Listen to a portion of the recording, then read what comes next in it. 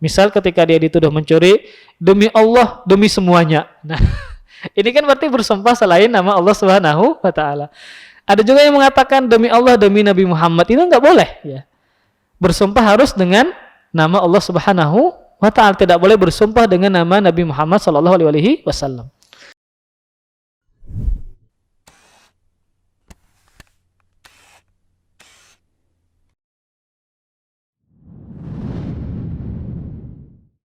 Bismillah. Assalamualaikum warahmatullahi wabarakatuh. Innal hamdalillah nahmaduhu wa nasta'inuhu wa nastaghfiruh wa na'udzu billahi min shururi anfusina wa min sayyiati a'malina may yahdihillahu fala mudilla lahu wa may yudlil fala hadiya lahu wa asyhadu an la ilaha illallah wahdahu la syarika lahu wa asyhadu anna Muhammadan abduhu wa rasuluhu la nabiyya ba'dah. Qala Allah Ta'ala fil Qur'anil Karim ya ayyuhalladzina amanu taqullaha haqqa tuqatih wa la tamutunna illa wa antum muslimun.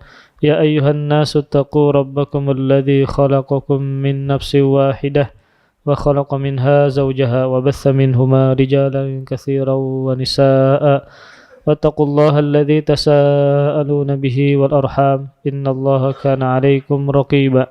Ya ayyuhalladzina amanu taqullaha wa qulu qawlan sadida yuslih lakum a'malakum wa yaghfir lakum dhunubakum wa may yuti'illaha wa rasulahu faqad faza fawzan 'azima. Amma ba'du, fa inna asdaqal hadithi kitabullah wa khairul hadi hadi Muhammadin sallallahu alaihi wa alihi wasallam wa syarrul umuri muhdatsatuha fa inna kulla muhdatsatin bid'ah wa kulla bid'atin dhalalah wa kulla dhalalatin finnar.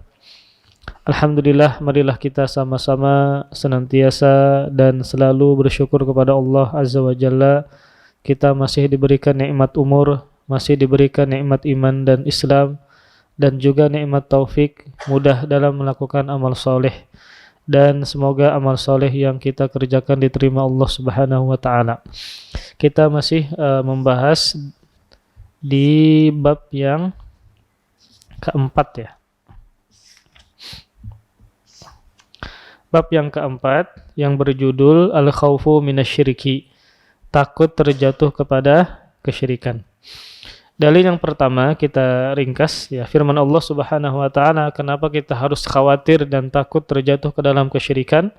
Karena Allah Subhanahu wa taala mengancam ya dalam firman-Nya di surah An-Nisa ayat 48, innallaha la yaghfiru ay yushraka bih wa yaghfiru ma duna dzalika liman yasha.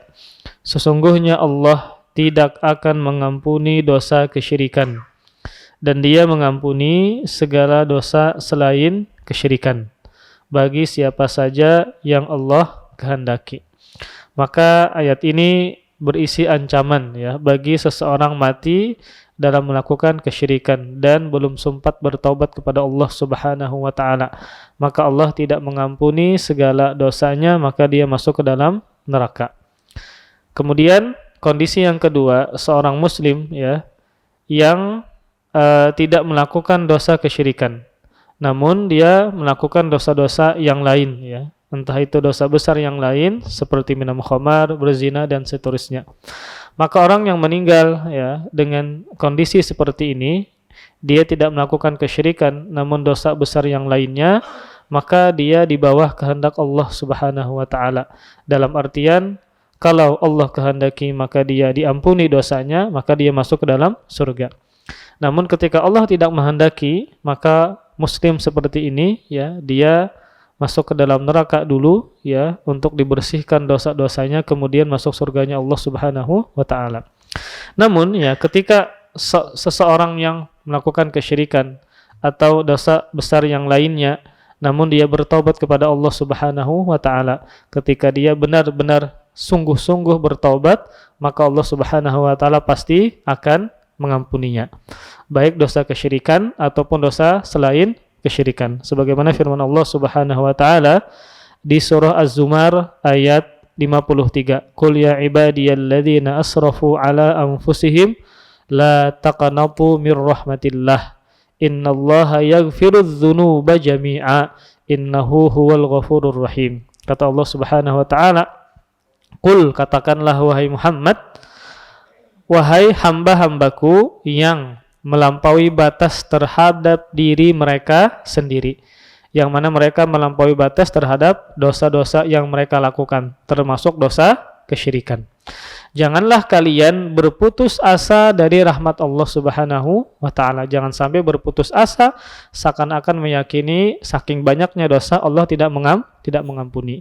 Namun kata Allah, sesungguhnya Allah mengampuni segala dosa, semuanya, baik dosa kesyirikan ataupun dosa selain kesyirikan, selama dia bertobat kepada Allah Subhanahu wa ta'ala. Sesungguhnya dialah yang Maha Pengampun lagi Maha Penyayang. Nah, kemudian penulis tadi membawakan satu dalil ya yang berkaitan kita harus takut khawatir terjatuh ke dalam kesyirikan, yaitu Allah Subhanahu wa taala tidak mengampuni dosa yang dosa kesyirikan tatkala dia meninggal dunia dan tidak sempat bertobat kepada Allah Subhanahu wa taala.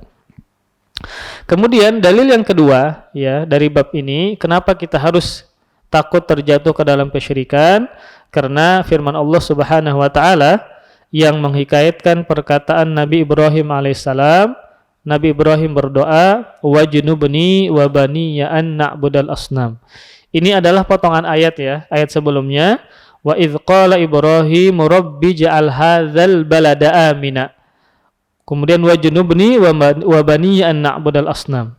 Yang artinya di antara doa Nabi Ibrahim alaihissalam yang termaktub dalam Al-Qur'an adalah beliau berdoa kepada Allah Subhanahu wa taala, wa junubni wa bani an na'budal asnam. Dan jauhkanlah aku dan anak keturunanku dari penyembahan terhadap berhala. Nah, ini dari sini kita bisa fahami bahwa seorang nabi ya, seorang rasul yang kita tahu ceritanya di dalam Al-Qur'an, dengan sangat beraninya beliau menghancurkan berhala. Dengan sangat beraninya beliau berdiskusi, mendebat orang-orang yang menyembah benda-benda langit. Ternyata sekelas beliau tetap berdoa kepada Allah Subhanahu wa taala agar terhindar dari penyembahan terhadap selain Allah. Dan juga beliau mengikut sertakan dalam doanya anak keturunan beliau juga senantiasa tidak melakukan penyembahan kepada selain Allah Subhanahu wa taala. Maka terlebih kita bukan nabi, bukan rasul ya, bukan maksum, maka kita lebih khawatir lagi terjatuh ke dalam kesyirikan. Kita lebih khawatir lagi terjatuh kepada sesembahan kepada selain Allah Subhanahu wa taala.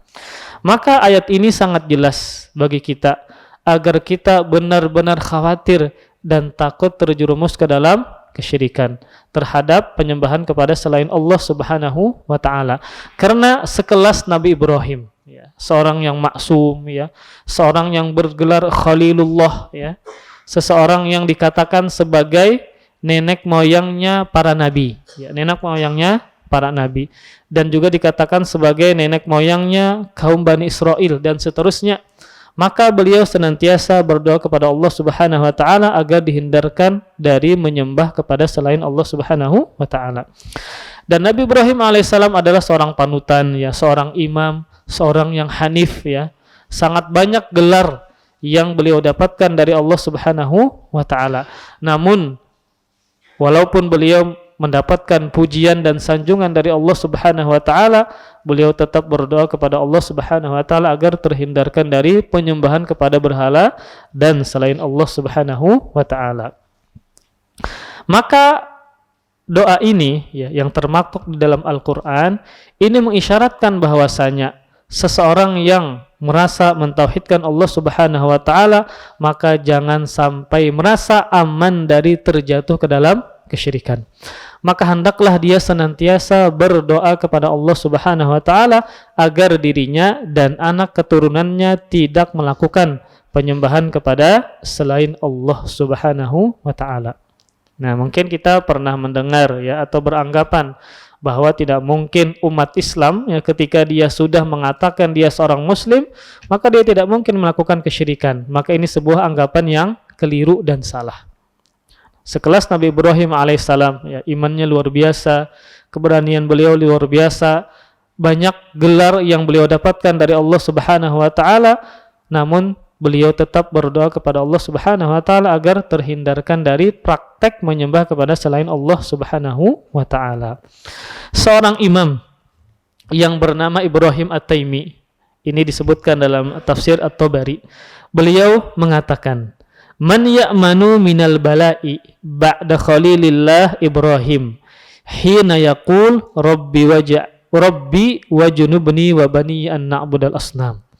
Kata Ibrahim At-Taimi, dan siapakah yang merasa aman dari bala? Nah, bala ini bencana ya. Dan bala dan bencana yang paling besar yang berkaitan dengan agama adalah melakukan apa? Kesyirikan. Jadi pian harus pahami bahwa yang dinamakan bala itu bukan konteksnya bala dunia saja. Bukan cuma masalah dunia saja. Bala yang terbesar adalah bala yang terjadi kepada agama kita. Maka bala yang paling besar yang berkaitan dengan agama adalah apa? Melakukan kesyirikan kepada Allah Subhanahu wa taala. Jadi kata beliau, siapakah yang merasa aman dari bala, dari bencana setelah Khalilullah, orang yang paling Allah cintai, Ibrahim alaihissalam, ketika beliau berdoa kepada Allah Subhanahu wa taala, "Wahai Rabbku, jauhkanlah aku dan anak keturunanku dari menyembah berhala." Jadi siapa yang merasa aman dari kita? Padahal sekelas Nabi Ibrahim alaihissalam saja beliau berdoa kepada Allah Subhanahu wa taala agar tidak menyembah kepada selain Allah Subhanahu wa taala. Padahal gelar beliau adalah Khalilullah. Ini kan yang mendapat gelar ini berapa nabi, Pak? Cuma 2. Yang pertama Nabi Ibrahim, yang kedua Nabi Muhammad. Ini cuma 2 nabi yang mendapatkan gelar Khalilullah, orang yang paling Allah cintai. Nah, sekelas Nabi Ibrahim saja yang mendapatkan gelar Khalilullah, maka beliau senantiasa berdoa kepada Allah Subhanahu wa taala agar dihindarkan dari penyembahan kepada selain Allah Subhanahu wa taala. Batuk, Pak. Sebentar malah. Ini lain Covid lah. Masih mencium.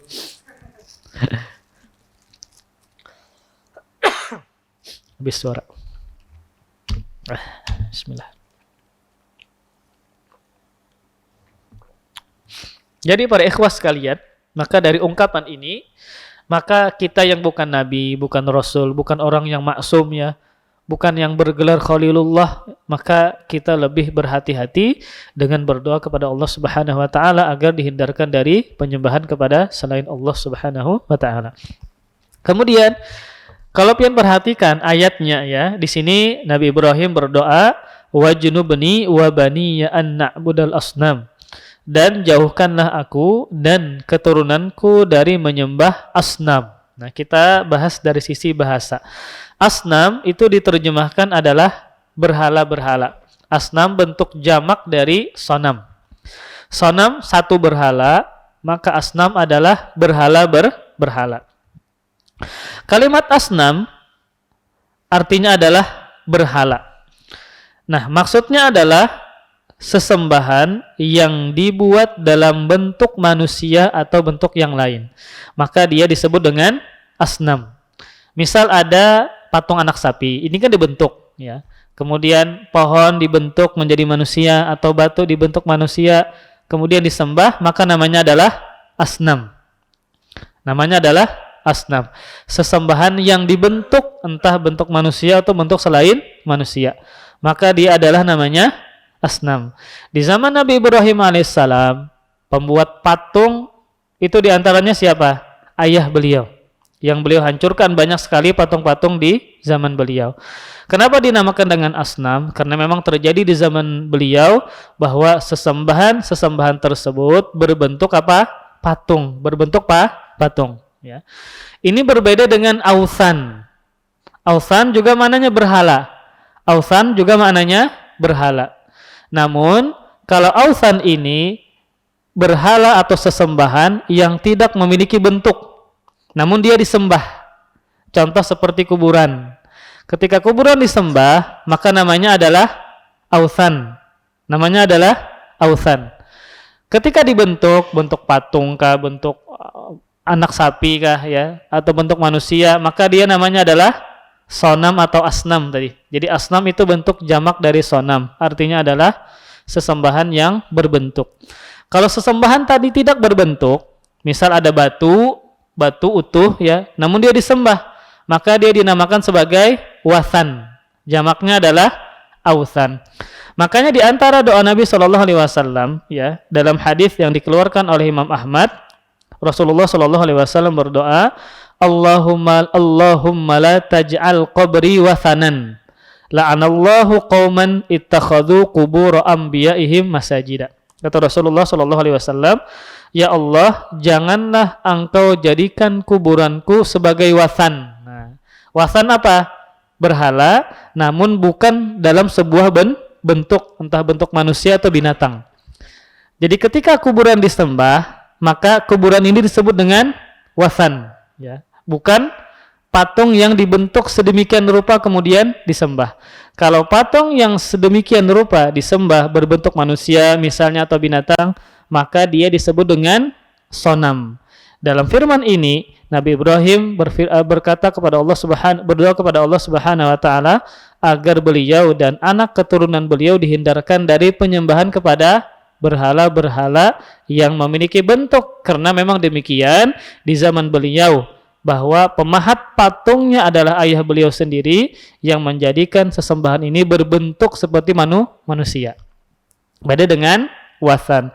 Wathan tadi adalah sesembahan yang tidak berbentuk seperti kuburan, bukan berbentuk manusia. Makanya Rasulullah Shallallahu Alaihi Wasallam berdoa, Allahumma la taj'al qabri wathanan. Kata Rasulullah Shallallahu Alaihi Wasallam, ya Allah, janganlah engkau jadikan kuburanku sebagai berhala. Rasul tidak katakan sebagai sonam, karena kuburan bukan sesembahan yang dibentuk. Nah. Kemudian ada beberapa faidah dari ayat ini, doa dari Nabi Ibrahim alaihissalam tadi. Maka yang pertama adalah ayat ini mengisyaratkan agar kita takut terjerumus ke dalam kesyirikan. Ayat ini mengisyaratkan agar kita senantiasa takut terjerumus ke dalam praktek kesyirikan, penyembahan kepada selain Allah Subhanahu wa taala. Maka beliau yang kita katakan sebagai orang yang hanif ya, kita katakan sebagai panutan dan imam, yang mana beliau menghancurkan berhala-berhala dengan beliau sendiri, tidak dengan orang lain ya. Maka sekelas beliau saja, maka beliau meminta berdoa kepada Allah Subhanahu wa taala agar dihindarkan dari menyembah kepada selain Allah Subhanahu wa taala. Kemudian faedah yang kedua dari ayat ini adalah disyariatkannya berdoa untuk diri sendiri, kemudian disyariatkan juga untuk mendoakan anak keturunan dari apa? Dari kesyirikan kepada Allah Subhanahu wa taala. Kan tentu tatkala kita berdoa kepada Allah Subhanahu wa taala, tentu manfaatnya untuk diri kita sendiri. Namun ternyata juga disyariatkan untuk senantiasa mendoakan anak-anak kita dari segala keburukan. Terlebih adalah praktek kesyirikan kepada Allah Subhanahu wa taala. Memang kalau kita berdoa kepada Allah biasanya terkait masalah dunia, mudahan banyak rizki, luas rizki, kada penggaringan dan seterusnya. Memang itu benar para ikhwas sekalian. Benar, tidak ada salahnya. Namun alangkah lebih baiknya yang lebih kita khawatirkan anak kita ternyata misalnya melakukan kesyirikan kepada Allah Subhanahu wa taala. Maka yang paling utama kita berdoa kepada Allah selain diri kita, kemudian anak keturunan kita, agar jangan sampai melakukan kesyirikan kepada Allah Subhanahu wa taala. Kemudian faedah yang ketiga ya, faedah yang ketiga.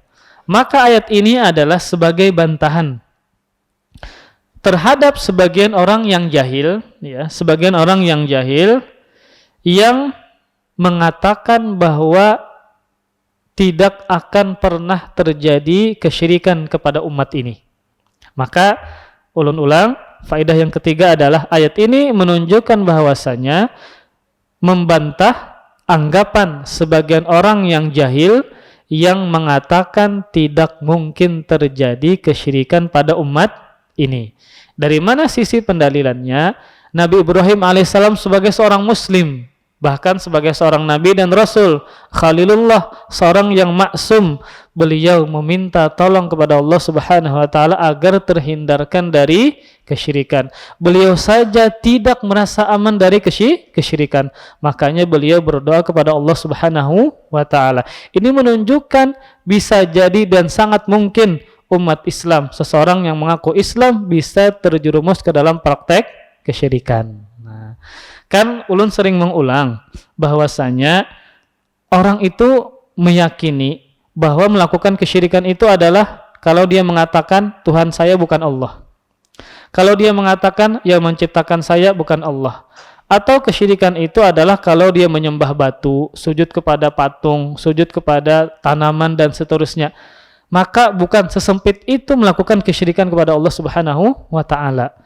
Maka melakukan kesyirikan kepada Allah Subhanahu wa taala makna luasnya adalah kalau seandainya dia beribadah kepada selain Allah. Ibadah sangat banyak bentuknya dan jenisnya, seperti berdoa. Doa adalah ibadah. Seseorang berdoa memohon kepada Allah Subhanahu wa taala, minta hajat dan seterusnya. Nah, tatkala seseorang berdoa minta hajat kepada selain Allah, maka dia telah melakukan kesyirikan. Datang ke kuburan, memandiri orang kubur. Orang sudah meninggal dunia dipandiri, kabulkan hajat saya, datangkan saya jodoh, luaskan rezeki saya, maka dia telah melakukan kesyirikan kepada Allah Subhanahu wa taala. Karena doa adalah ibadah dan ibadah tidak boleh diselewengkan kepada selain Allah Subhanahu wa taala. Juga ulun pernah mencontohkan seperti seseorang yang meminta tolong kepada tanaman keladi untuk menangkal hujan dan banjir. Di mana salahnya, Pak? Ayo. Kan pernah terjadi tahun kemarin ya. Maka kewajiban kita bukan membuli, itu ada boleh dosa membuli. Kewajiban kita apa? Meluruskan. Mudah-mudahan si Idin dapat hidayah. Kita lihat di media sosial ya. Banyak orang menyambati si Idin macam-macam. Itu bukan seperti itu meluruskan ya. Maka meluruskan ya dengan mendoakan misalnya, atau kita tahu ada keluarga kita seperti itu ya. Nah, ketika ada orang yang banjir misalnya, lalu dia menghanyutkan tanaman keladi dengan keyakinan Sidin mengatakan ketika menghanyutkan tanaman keladi tadi apa isinya? Agar banjirnya surut ya. Kemudian air hujannya berhenti. Nah, maka ketika beliau mengatakan demikian, berarti seakan-akan tanaman keladi ini punya andil, punya kekuatan untuk mengatur hujan dan banjir. Nah, dari sini salahnya. Maka seakan-akan dia mengatakan bahwa ada selain Allah Subhanahu wa taala yang mengatur banjir dan hujan. Maka mengatur alam semesta hanya hak Allah Subhanahu wa taala. Kalau kita katakan dan kita yakini bahwa ada yang mengatur alam semesta termasuk banjir dan hujan, maka dia telah melakukan apa? Kesyirikan kepada Allah Subhanahu wa taala. Karena Sidin meyakini bahwa tanaman keladi ini mampu untuk meredakan banjir, meredakan hujan, padahal yang meredakan hujan dan banjir hanya Allah Subhanahu wa taala. Ketika beliau meyakini seperti itu, akhirnya beliau minta tolong kepada tanaman keladi tadi. Padahal minta tolong adalah ibadah yang tidak boleh diselewengkan kepada selain Allah Subhanahu wa taala. Maka disitulah terdapat penyimpangannya. Nah, maka ini menunjukkan bahwasanya ayat ini sebagai bantahan bahwa umat ini bisa melakukan kesyirikan, baik dia sadar maupun tanpa sadar. Makanya di antara faidah ayat ini juga adalah kalau kita ingin mengetahui kesyirikan, menjauhi kesyirikan, maka cara satu-satunya adalah dengan menuntut ilmu. Karena banyak orang yang terjerumus ke dalam praktek kesyirikan tanpa sadar, tanpa dia ketahui karena faktor kejahilan, karena tidak mau belajar. Atau sampai kepada beliau ilmu, namun ilmunya tidak benar. Jadi banyak hal yang membuat sebagian kaum muslimin melakukan kesyirikan kepada Allah Subhanahu wa taala. Maka ini tugas kita untuk meluruskan. Jadi para ikhwah sekalian, ayat ini menunjukkan sebagai bantahan terhadap orang-orang yang mengatakan tidak mungkin terjadi kesyirikan pada umat ini. Nyatanya seorang Nabi Ibrahim, seorang Muslim, maksum, Khalilullah, beliau tidak merasa aman dari kesyirikan sehingga beliau berdoa kepada Allah Subhanahu wa Ta'ala. Kemudian faedah yang keempat ya dari ayat ini, maka tadi ulun sebutkan cara kita terbebas dari kesyirikan adalah dengan menuntut ilmu syar'i, menuntut ilmu agama. Karena itulah satu-satunya cahaya kita agar kita bisa membedakan yang mana yang hak, yang mana yang batil, yang mana yang halal, yang mana yang haram, yang mana yang iman, yang mana kesyirikan. Kemudian ini dalil yang kedua, kenapa kita harus takut terjatuh ke dalam kesyirikan? Karena sekelas Nabi Ibrahim alaihissalam, beliau meminta kepada Allah Subhanahu wa Ta'ala dalam doanya agar beliau dan keturunan beliau tidak melakukan penyembahan kepada berhala. Kemudian dalil yang ketiga agar kita takut kepada kesyirikan, maka diriwayatkan dalam sebuah hadis bahwa Rasulullah sallallahu alaihi wasallam bersabda, "Akhwafu ma akhafu alaikum asyirkul asghar." Fasu'ila anhu faqala ar-riya. Kata Rasulullah sallallahu alaihi wasallam, hadis ini dikeluarkan oleh Imam Ahmad, ya, Imam Tabrani dan juga Imam Abu Dawud. Sesuatu, kata Rasulullah sallallahu alaihi wasallam, sesuatu yang paling aku khawatirkan dari kalian, ini Rasul berkata kepada para sahabat, sesuatu yang paling aku khawatirkan dari kalian adalah perbuatan syirik kecil. Nah, jadi Rasulullah SAW khawatir para sahabatnya terjerumus ke dalam praktek syirik kecil, ya. Apalagi syirik besar. Kemudian beliau ditanya tentang itu, apa yang dimaksud dengan syirik kecil? Maka Rasulullah SAW menjawab, yaitu riya, riya.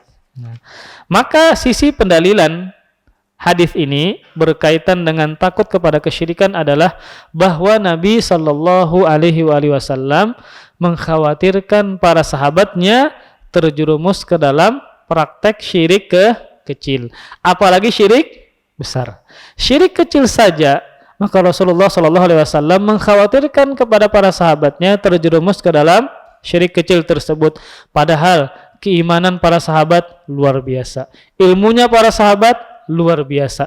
Namun tetap Rasulullah Shallallahu Alaihi Wasallam merasa khawatir para sahabat terjerumus ke dalam praktek syirik kecil ini. Apa dia? Yaitu riya. Hadis ini adalah hadis yang sedikit panjang, namun penulis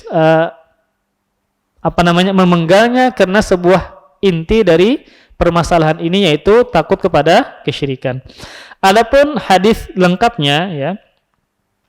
Kata Rasulullah sallallahu alaihi wasallam, "Inna akhwafa ma akhafu alaikum asyirkul asghar." Qalu wa masyirkul asghar ya Rasulullah?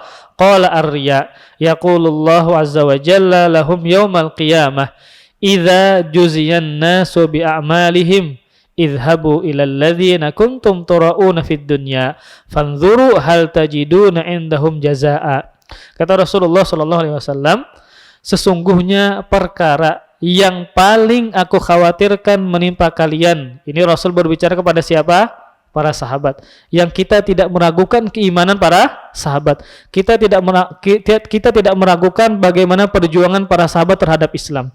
Sesungguhnya perkara yang paling aku khawatirkan menimpa kalian, wahai para sahabatku, adalah syirik kecil. Maka para sahabat berkata, "Wahai Rasulullah, apa itu syirik kecil?" Maka Rasul menjawab, yaitu riya. Riya apa? Beramal untuk minta dilihat. Pada hari kiamat, tatkala manusia dibalas amal perbuatan mereka, maka Allah berkata kepada orang-orang yang riya. Jadi ketika di hari kiamat, maka Allah berkata kepada orang-orang yang berbuat riya. Apa kata Allah? Pergilah kalian kepada orang-orang yang dulu kalian riya kepada mereka ketika di dunia, maka lihatlah apakah kalian akan mendapatkan ganjaran kalian dari mereka. Nah, kan ketika seseorang itu riya, beramal untuk dilihat oleh si fulan, oleh seseorang, maka kan ingin mengharapkan dari si orang yang dia riyai tadi. Maka ketika di hari kiamat Allah Subhanahu wa taala menyuruh orang yang riya tadi, silahkan datangi orang tersebut yang engkau riya kepadanya, apakah dia bisa memberikanmu pahala? Apakah dia bisa memberikanmu ganjaran? Maka jawabannya apa? Tentu tidak. Maka tidak ada pahala sedikit pun ketika kita melakukan sebuah amal namun niatnya adalah riya. Maka Allah akan menghapuskan pahala dari amal yang dia riya di dalamnya. Maka ini hadis ini ya merupakan nas yang tegas ya atau dalil yang tegas agar kita khawatir terhadap kesyirikan sekalipun syirik kecil. Sekalipun syirik kecil. Kenapa demikian? Karena dalam hadis ini Rasulullah SAW berkata kepada siapa? Kepada para sahabatnya. Yang mana para sahabatnya subhanallah keimanan mereka, ilmu mereka, perjuangan mereka tidaklah main-main. Namun ternyata Rasulullah SAW tetap mengkhawatirkan mereka terjerumus ke dalam praktek syirik kecil yaitu riya. Kemudian hadis ini juga secara tegas menunjukkan pembagian syirik. Nah, maka ada syirik besar dan ada syirik kecil. Kalau ditanya apa dalilnya syirik kecil, maka hadis ini Rasul mengatakan yang aku khawatirkan dari kalian adalah syirik kecil. Apa itu? Yaitu riya. Maka syirik kecil ya di antaranya adalah riya. Kemudian para ikhwas sekalian, kemarin ulun sebutkan bahwa syirik terbagi dua. Yang pertama syirik akbar, syirik besar.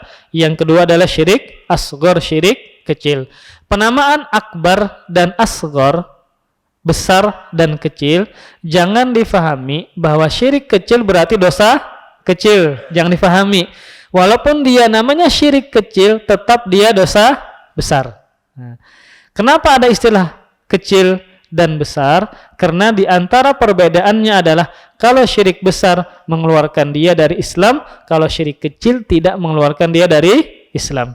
Kalau syirik besar itu kalau dia mati membawa dosa syirik besar, maka dia tidak diampuni. Berbeda dengan syirik kecil, dia di bawah kehendak Allah Subhanahu wa taala. Kemudian para ikhwas sekalian, sebagian ulama berpendapat makna dari syirik kecil. Maka maknanya adalah kata sebagian ulama, syirik kecil adalah jami'ul aqwal wal af'alil lati yutawassalu biha ila syirkil akbar. Yang dinamakan dengan syirik kecil adalah seluruh perkataan dan perbuatan yang mengantarkan kepada syirik besar. Jadi ulun ulang, syirik kecil adalah seluruh perkataan dan perbuatan yang mengantarkan kepada syirik besar. Intinya syirik kecil ini dia tidak beribadah kepada selain Allah, namun bisa menjadi wasilah dia beribadah kepada selain Allah Subhanahu wa taala. Contoh syirik kecil lagi adalah seperti ungkapan Masya Allah wa syi'ta. Masya Allah wa syi'ta. Ada seorang sahabat Nabi SAW yang dia tidak tahu bahwa ini adalah perbuatan kesyirikan, syirik kecil. Dia mengatakan di hadapan Nabi SAW, Masya Allah wa syi'ta. Perbuatan ini dikehendaki Allah Subhanahu wa taala dan dikehendaki engkau, wahai Rasul. Kemudian apa kata Rasulullah SAW? Aja'altani niddan. Apakah engkau menjadikan aku tandingan bagi Allah Subhanahu wa taala? Segala sesuatu yang terjadi mutlak atas kehendak siapa? Hanya Allah Subhanahu wa taala. Namun sahabat yang belum tahu ini menyertakan juga dan kehendakmu wahai Rasul. Maka Rasulullah SAW mengatakan aja'altani lillahi niddan, apakah engkau menjadikan aku tandingan bagi Allah Subhanahu wa taala? Nah, ungkapan ini adalah syirik kecil. Ketika ada yang mengatakan Masya Allah wa syi'ta, apa yang dikehendaki Allah dan dikehendaki kamu, ini adalah syirik kecil. Tidak sampai beribadah kepada Nabi, namun bisa menjadi wasilah beribadah kepada selain Allah Subhanahu wa taala. Kenapa? Karena ketika diungkapkan dengan ungkapan demikian, maka seakan-akan dia membuat tandingan kepada selain Allah Subhanahu wa taala, yaitu Rasulullah sallallahu alaihi wasallam. Namun para ikhwas sekalian ya, definisi ini, makna syirik kecil ini, yaitu segala perbuatan dan ucapan yang mengantarkan kepada syirik besar, ini ternyata dikritik oleh sebagian ulama. Jadi arti ini, makna syirik kecil ini ternyata dikritik oleh sebagian ulama. Kenapa demikian? Karena ada perkara yang bisa mengantarkan kepada syirik besar, namun tidak disebut syirik kecil. Nah kan tadi ulun ulang, syirik kecil maknanya apa? Sebagian ulama mendefinisikan yaitu segala ucapan dan perbuatan yang mengantarkan kepada syirik besar. Namun ada sebuah perbuatan yang mana dia mengantarkan kepada syirik besar, namun tidak dikatakan sebagai syirik kecil. Nah, seperti apa contohnya? Seperti bertawassul dengan zat orang-orang soleh. Ketika dia berdoa misalnya, lalu dia membuat perantara antara dia dengan Allah Subhanahu wa taala dengan menyebut orang-orang soleh. Maka ini tidak dikatakan sebagai syirik kecil, padahal bisa mengkultuskan orang soleh tersebut. Namun dikatakan sebagai ucapan yang bid'ah, perbuatan yang bid'ah. Makanya ini definisi ini dikritik oleh sebagian ulama. Nah, ada lagi sebagian ulama yang mendefinisikan, yang mengartikan makna syirik kecil dengan definisi yang lebih ketat. Kata mereka, syirik kecil adalah kullu ma ja'atin nusus bitasmiyatihi syirkan wa dallatid dalailu ala annahu laysa mukhrijan minal millah ay lam yasil ila haddi syirkil akbar. Kata sebagian ulama, syirik kecil maknanya adalah semua perkara yang dinamakan oleh nas-nas sebagai syirik, akan tetapi dalil-dalil menunjukkan bahwa perkara tersebut tidaklah mengeluarkan pelakunya dari Islam. Nah, jadi dia dinamakan dengan syirik, namun pelakunya tidak disebut keluar dari Islam, maka dinamakan dia adalah syirik kecil. Sebagaimana perkataan Nabi SAW bahwa sesungguhnya yang paling aku khawatirkan kepada kalian para sahabat yaitu adalah syirik kecil. Ini tidak mengeluarkan dari Islam, maka dinamakan dengan syirik kecil. Masih banyak contoh-contoh dari syirik kecil ya, seperti riya, syirik kecil, bersumpah dengan nama selain Allah juga adalah syirik kecil. Nah, di zaman sekarang kan orang terkadang merasa dia misalnya bersumpah dengan selain nama Allah Subhanahu wa taala untuk meyakinkan bahwa dia misalnya tidak berdusta. Misal ketika ada seseorang yang dituduh mencuri, terkadang ungkapan-ungkapan yang dia katakan menunjukkan dia bersumpah kepada selain Allah. Misal ketika dia dituduh mencuri, demi Allah, demi semuanya. Nah, ini kan berarti bersumpah selain nama Allah Subhanahu wa taala. Ada juga yang mengatakan demi Allah, demi Nabi Muhammad. Itu enggak boleh ya. Bersumpah harus dengan nama Allah Subhanahu wa taala, tidak boleh bersumpah dengan nama Nabi Muhammad sallallahu alaihi wasallam. Karena barang siapa yang bersumpah selain Allah Subhanahu wa taala maka dia telah melakukan kesyirikan. Namun kesyirikan yang tidak mengeluarkan dia dari Islam yaitu dinamakan dengan syirik kecil. Kemudian juga seperti bertatayur ya, juga syirik kecil dinamakan dengan syirik kecil. Bertatayur adalah menghubungkan sesuatu dengan kesialan atau mengkait-kaitkan sesuatu dengan kesialan. Apa-apa sial, maka dinamakan dengan tatayur. Seperti bulan Safar dikatakan bulan sial ya. Kemudian kalau bercermin di cermin kaca sial. Nah, kemudian kalau teranjah kucing kalau kadang menabrakkan ke pohon pisang sial. Nah, ini adalah tatayur namanya. Dinamakan dengan syirik kecil dan seterusnya. Kemudian para ikhwas kalian, maka riya ya artinya adalah beramal soleh untuk dilihat oleh orang lain. Maka riya adalah beramal soleh untuk dilihat oleh orang lain.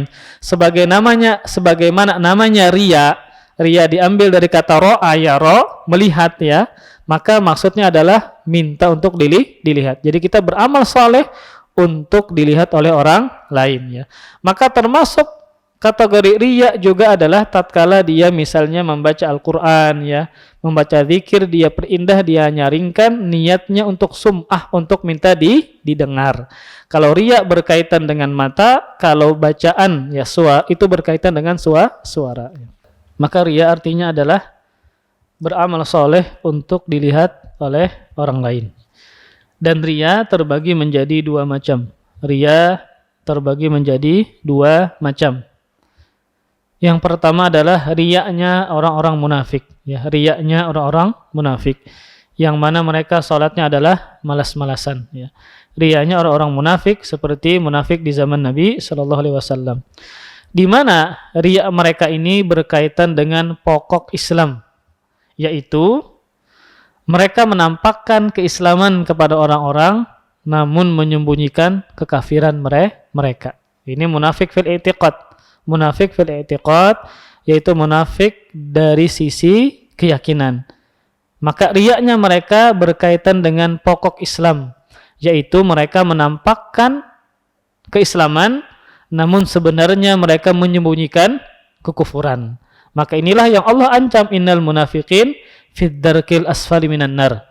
Sesungguhnya orang-orang munafik itu berada di dasar neraka yang paling dalam. Ini bukan munafik fil amal ya. Ulun sering menyebut bahwa nifak atau munafik itu terbagi dua. Ada nifak al-i'tiqad, ada nifak fil amal. Ada munafik dari sisi keyakinan. Ini di zaman Nabi SAW terjadi seperti ini, yaitu mereka menyembunyikan kekafiran dan menampakkan keislaman. Ada munafik fil amal, munafik dalam beramal, ya seperti ketika dia berbicara maka berdusta, ya, dikasih amanah dia khianat. Ini namanya munafik fil amal. Nah, kalau munafik fil i'tiqad ini mengeluarkan dari Islam. Nah, mereka ketika riya, maka riyanya berkaitan dengan pokok Islam, yaitu menampakkan keislaman mereka dan menyembunyikan kekufuran mereka. Kemudian macam yang kedua dari riya adalah riyanya seorang muslim yang bertauhid. Riyanya seorang muslim yang bertauhid, contohnya seperti dia memperbagus amal solehnya agar dilihat dan dipuji orang lain. Nah, ketika sholat ternyata ada calon mintuhannya melihat, maka dia memperbaguskan sholatnya, memperbaiki bacaannya. Maka ini niatnya bukan karena Allah Subhanahu wa Ta'ala. Maka seperti ini ya dinamakan dengan riya. Namun riyanya tidak sampai mengeluarkan dia dari Islam, berbeda dengan riyanya orang munafik. Kemudian ada permasalahan terkait riya yang menghampiri amal soleh yang dia kerjakan. Maka ada beberapa kondisi amalan seseorang yang tercampur riya, ya, yang tercampur riya. Ada beberapa kondisi amalan seseorang yang tercampur riya. Yang pertama, ketika dia sejak awal sudah riya. Nah, sejak awal sudah riya. Misalnya ketika di dalam masjid ternyata ada calon mertuanya tadi. Lalu akhirnya dia sholat ingin dilihat siapa? Si mertuanya tadi. Dari awal sudah riya. Maka amal yang dia kerjakan tadi, sholatnya tadi, maka terhapuskan dari awal sampai akhir. Karena dari awal sudah dia niat sholatnya adalah riya, agar dilihat oleh si mertua tadi. Kemudian bagaimana riya ini muncul di tengah ibadah yang dia kerjakan? Sholat misalnya 2 rakaat, di rakaat kedua mertuanya masuk ke dalam masjid, duduk di hadapannya. Lalu muncul riyanya di rakaat yang kedua. Rakaat pertama dia ikhlas. Maka bagaimana status pahalanya tadi, ya? Maka ketika muncul riya di tengah ibadah di rakaat kedua tadi, kalau dia berusaha melawannya, ya, melawan riya tadi, mengusir riya tadi, kalau dia berhasil melawan riya tadi, maka dia mendapatkan pahala, tetap mendapatkan pahala dan pahalanya tidak terhapuskan. Jadi kan terkadang ada ya, ketika seseorang yang kita segani, yang kita hormati, terkadang ada perasaan ingin dipuji, ingin disanjung dan ingin dilihat dan seterusnya. Namun ketika di tengah ibadah kita lawan dan kita berhasil melawannya, maka pahala kita tidak hilang. Bahkan bisa menjadi pahala yang bertambah karena kita berusaha untuk menghindari maksiat, yaitu perbuatan riya. Kalau apa tadi? Di tengah sholat dia berhasil untuk menghilangkan riyanya tadi, maka bisa jadi dia mendapatkan pahala tambahan karena dia berusaha untuk meninggalkan perbuatan maksiat, yaitu riya. Kemudian bagaimana kalau di tengah sholat dia riya, namun dia tidak bisa melawan riya, akhirnya dia riya di rakaat yang kedua misalnya, maka apakah amalnya terhapuskan ataukah pahalanya tetap ada? Kan dia rakaat pertama apa tadi? Ikhlas. Rakaat kedua baru timbul riya, sehingga dia tidak bisa melepaskan dari riya tersebut. Maka di sini ada khilaf dari para ulama, ya. Sebagian ulama memandang bahwa amalnya menjadi runtuh, menjadi hilang. Kenapa demikian? Karena alasan mereka adalah amalan tersebut satu kesatuan. Amalan tersebut satu kesatuan seperti sholat. Ketika dia riya di rakaat kedua, maka dianggap riya rakaat pertama. Karena ibadah sholat adalah satu kesatuan. Sebagaimana tatkala pian misalnya di rakaat keempat sudah pian berkantut. Apakah pian nanti menyambung satu rakaat saja? Maka jawabannya tidak. Pian ba'asa dari awal. Walaupun pian sudah 1, 2, 3 sudah melakukannya. Namun ibadah sholat adalah ibadah satu kesatuan. Jadi ketika di tengah ibadah sholatnya dia melakukan riya, maka kata sebagian ulama memandang pahalanya menjadi terhapuskan. Karena ibadah itu adalah satu kesatuan. Ketika di tengahnya riya, maka di awalnya dianggap riya. Ini sebagian pendapat ulama. Sebagian yang lain berpendapat sebaliknya, bahwa amalnya tetap berpahala. Amalnya tetap berpahala. Kenapa? Karena pada awalnya dibangun di atas keikhlasan. Karena di awalnya dibangun di atas keikhlasan. Maka ini pendapat yang dirajihkan oleh sejumlah imam, ya, di antaranya Imam Ahmad, At-Tabari, dan juga diriwayatkan oleh Imam Al-Hasanul Basri bahwa dia tetap berpahala karena dia dibangun di awal dengan keikhlasan. Wallahu a'lam bishawab. Kemudian bagaimana kalau seandainya riyanya muncul setelah dia selesai sholatnya? Setelah sholat, dia menceritakan ibadah yang dia kerjakan dengan maksud ingin dipuji, ingin disanjung. Ini juga ada indikasi riya. Maka bagaimana status ibadah yang telah dia kerjakan ikhlas, namun dia ceritakan dengan niat ingin dipuji, disanjung, ingin mendapatkan balasan dunia kepada orang yang dia ceritakan. Maka Al-Allamah Ibnul Qayyim, ya, dalam kitab beliau Al-Wabilus Sayyib berpendapat bahwa amal tetap gugur meskipun riyanya muncul setelah selesai beramal. Subhanallah, ya. Jadi ini dikhawatirkan dari riya. Sekalipun kita sudah mengerjakan sebuah ibadah, kemudian kita ikhlas pulang dari awal sampai akhir, namun karena kita menceritakan dan ingin mendapatkan sanjungan, pujian, dan seterusnya, maka Ibnul Qayyim berpendapat amal yang dia kerjakan, yang dia sudah selesaikan menjadi terhapuskan. Maka inilah yang menyebabkan kita ketika beramal soleh seharusnya apa? Kita tutup-tutupi, kita sembunyikan, khawatir kalau seandainya ketahuan atau kita ceritakan, kita tidak bisa menjaga hati kita. Makanya hati bahasa Arabnya apa, Pak? Qalbun, ya. Qalbun. Qalbun itu secara bahasa artinya adalah berbalik, membalik, ya. Contoh misalnya membalik halaman, maka dinamakan qalaba yaqlibu. Kenapa hati itu diambil dari kata qalaba, membalik? Karena dia mudah berbolak-balik. Asalnya marah menjadi tidak marah, asalnya cinta menjadi benci, sangat mudah hati ini berbolak-balik. Apalagi perempuan, apalagi ketika haid, ya, sangat mudah berbolak-balik. Moodnya terkadang berubah-ubah. Maka seperti itu pula secara umum manusia. Dikhawatirkan ketika kita menceritakan amal yang kita kerjakan, hati kita bisa berubah karena kita menceritakan. Maka bisa terjadi riya di dalamnya yang mengakibatkan ibadah yang telah kita kerjakan bisa terhapuskan. Sebagaimana pendapat Ibnul Qayyim tadi.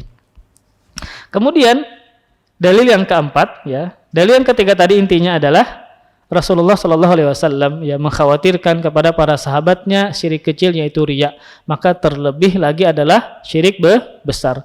Kemudian Rasulullah Shallallahu Alaihi Wasallam mengkhawatirkan kepada para sahabatnya, padahal para sahabat adalah generasi yang paling baik, generasi salafus salih yang paling utama, yang sezaman dengan Rasulullah Shallallahu Alaihi Wasallam, yang senantiasa menimba ilmu kepada Rasulullah Shallallahu Alaihi Wasallam, yang senantiasa berjihad kepada Nabi, bersama Nabi, namun Nabi tetap khawatir mereka terjatuh ke dalam syirik kecil. Maka bagaimana lagi terhadap kita? Kemudian, ya, sebelum kita tutup, ada beberapa faidah berkaitan dengan hadis tadi. Faidah yang pertama adalah hadis tadi menunjukkan bagaimana sayangnya dan kasihannya Nabi Shallallahu Alaihi Wasallam kepada umatnya. Ini dibuktikan dengan beliau sangat khawatir kepada para sahabatnya, sehingga Nabi Shallallahu Alaihi Wasallam menjelaskan ada syirik kecil yang dinamakan dengan riya. Maka ketika Nabi Shallallahu Alaihi Wasallam kasihan dan sangat peduli terhadap umatnya, maka Rasul jelaskan hal-hal yang membahayakan mereka. Kemudian faedah yang kedua adalah hadis ini menunjukkan bahwa syirik terbagi kepada dua macam, syirik besar dan juga syirik kecil. Kemudian faedah yang ketiga adalah jika syirik kecil ya ditakutkan menimpa para sahabat radhiyallahu taala anhum, maka tentu syirik kecil ini ya lebih dikhawatirkan lagi terjerumus kepada selain mereka, yang mana kita ini bukan sezaman dengan Nabi ya, yang tidak menimba ilmu langsung kepada Nabi Shallallahu Alaihi Wasallam, yang banyak kejahilan, yang banyak waktu yang kita habiskan, maka tentu kita lebih takut kepada perbuatan syirik kecil ini, terlebih adalah syirik besar. Insya Allah kita akan teruskan dalil yang keempat ya tentang bab takut kepada kesyirikan, yaitu hadis sahabat Abdullah bin Mas'ud bahwa Rasulullah Shallallahu Alaihi Wasallam bersabda, "Man mata wa huwa yad'u min dunillahi niddan dakhalan nar." Kata Rasulullah Shallallahu Alaihi Wasallam, barang siapa yang mati dalam keadaan berdoa kepada sesembahan apapun selain Allah, maka dia masuk ke dalam nerakanya Allah Subhanahu wa taala. Wallahu a'lam bissawab. Ini yang bisa saya sampaikan, semoga bermanfaat. Salah khilaf mohon maaf. Kita cukupkan dengan kafaratul majlis. Subhanakallahumma bihamdika asyhadu an la ilaha illa anta astaghfiruka wa atubu ilaik. Wassalamualaikum warahmatullahi wabarakatuh. Terima kasih. Jazakumullahu khairan wa barakallahu fikum. Video ini dibuat atas partisipasi dari donasi Anda. Semoga menjadi amal jariah bagi Anda semuanya.